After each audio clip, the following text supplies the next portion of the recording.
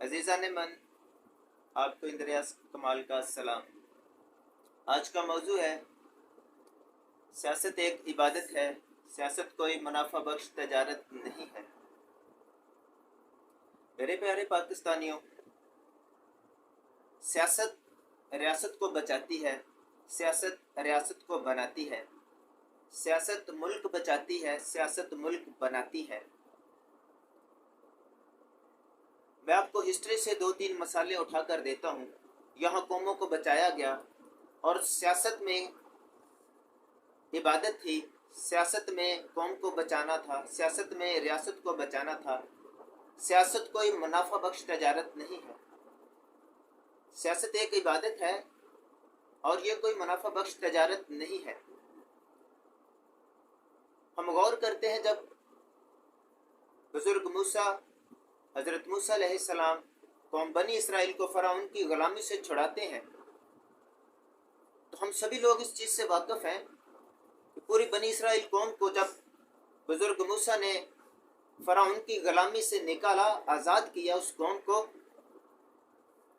تو ایک سیاست کے پیچھے کوئی منافع بخش تجارت نہیں تھی۔ بزرگ موسیٰ کے لیے سیاست ایک قوم کو بچانا تھا، ایک قوم کو فرعون کی غلامی سے نجات دلانا تھا، پس پردہ کوئی منافع بخش تجارت نہیں تھی۔ اسی طرح سے اگر ہم دیکھتے ہیں تو ملکہ آستر ایک بنی اسرائیل قوم کی تاریخ میں ایک ملکہ آستر جو گزری ہیں، ملکہ آستر نے اپنی پوری قوم کو بچایا، 3 دن کا روزہ رکھ کر اپنی پوری قوم کو بچایا۔ وہ ملکہ تھی، بادشاہ کی بیوی تھی، اس نے بھی سیاست کی تھی، مگر اس کی سیاست میں پس پردہ کوئی منافع بخش تجارت نہیں تھی، کیونکہ سیاست ایک عبادت ہے، سیاست کوئی منافع بخش تجارت نہیں ہے۔ پاکستان میں جو سیاست کا حال ہے وہ سیاست نہیں ہے، سیاست ایک عبادت سمجھ کر نہیں کی جا رہی، اسی لیے ملک پاکستان اس نہج پہ کھڑا ہے۔ ہم اب قائد اعظم کو دیکھتے ہیں، جب قائد اعظم محمد علی جناح نے پاکستان کے لیے کاوشیں کی، پہلے وہ کانگریس میں تھے، بعد میں وہ مسلم لیگ میں شامل ہوئے، تو قائد اعظم محمد علی جناح کی سیاست میں جب وہ ملک پاکستان کے لیے انہوں نے لڑنا شروع کیا، اس کے لیے، تو قائد اعظم محمد علی جناح جو بانی پاکستان ہے، ان کی سیاست میں منافع بخش تجارت نہیں تھی۔ میں حیران ہوا جب میں قائد اعظم کی بایوگرافی پڑھ رہا تھا، تو اس میں ایک سینٹینس نے مجھے چونکا دیا۔ قائد اعظم کے لیے لکھا ہے، انگریزوں نے اس کے لیے جو ایک فقرہ بولا قابل غور ہے، اس کے لیے یہ لکھا گیا ہے کہ قائد اعظم از ان پرچیزیبل پرسن، وہ ایسا شخص تھا جو خریدا نہیں گیا تھا، جو بکا نہیں تھا، اس نے اپنی سیاست میں کوئی قیمت نہیں لی تھی، سیاست کو تجارت نہیں بنایا تھا۔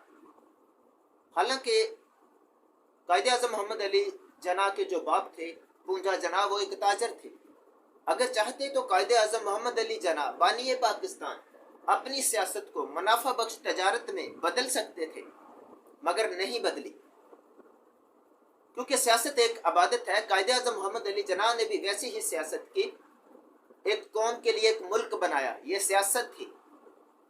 بزرگ موسیٰ نے اپنی قوم کو فرعون کی غلامی سے آزاد کیا، 40 سال تک بزرگ موسیٰ نے اپنی قوم کو لیڈ کیا، وہ لیڈر تھا، ہی واز اے لیڈر، وہ ایک بڑا نبی تھا، لیکن اس کے ساتھ ساتھ اپنی پوری قوم کو ایک لیڈ کر رہا تھا، اور 40 سال تک اپنی قوم کے لیے لڑا۔ دنیا کی تاریخ میں جب ہم نیلسن میڈولا کو دیکھتے ہیں، چند اور لوگوں کو دیکھتے ہیں، تو پتہ چلتا ہے یہاں پاکستان میں انہی کی مثالیں دی جاتی ہیں، مگر ویسی سیاست پاکستان میں نہیں ہے، کیونکہ پاکستان کی سیاست ایک عبادت نہیں رہی۔ پاکستان میں جو سیاست ہے وہ ایک منافع بخش تجارت ہے، اسی لیے پاکستان اس نہج پہ کھڑا ہے۔ پاکستان کے چاروں ستون جو ہیں، چاروں ستونوں میں وہ پاور نہیں ہے جس پاور پر قائد اعظم نے پاکستان کو بنایا تھا، جس امیج پر اس کو کھڑا کیا تھا۔ اب تو ہمارا یہ حال ہے جیسے بقول اقبال، اپنے کردار پہ ڈال کر پردہ اقبال، اپنے کردار پہ ڈال کر پردہ اقبال، ہر شخص کہہ رہا ہے زمانہ خراب ہے۔ اس وقت ایک پاکستان کا شہری ہوتے ہوئے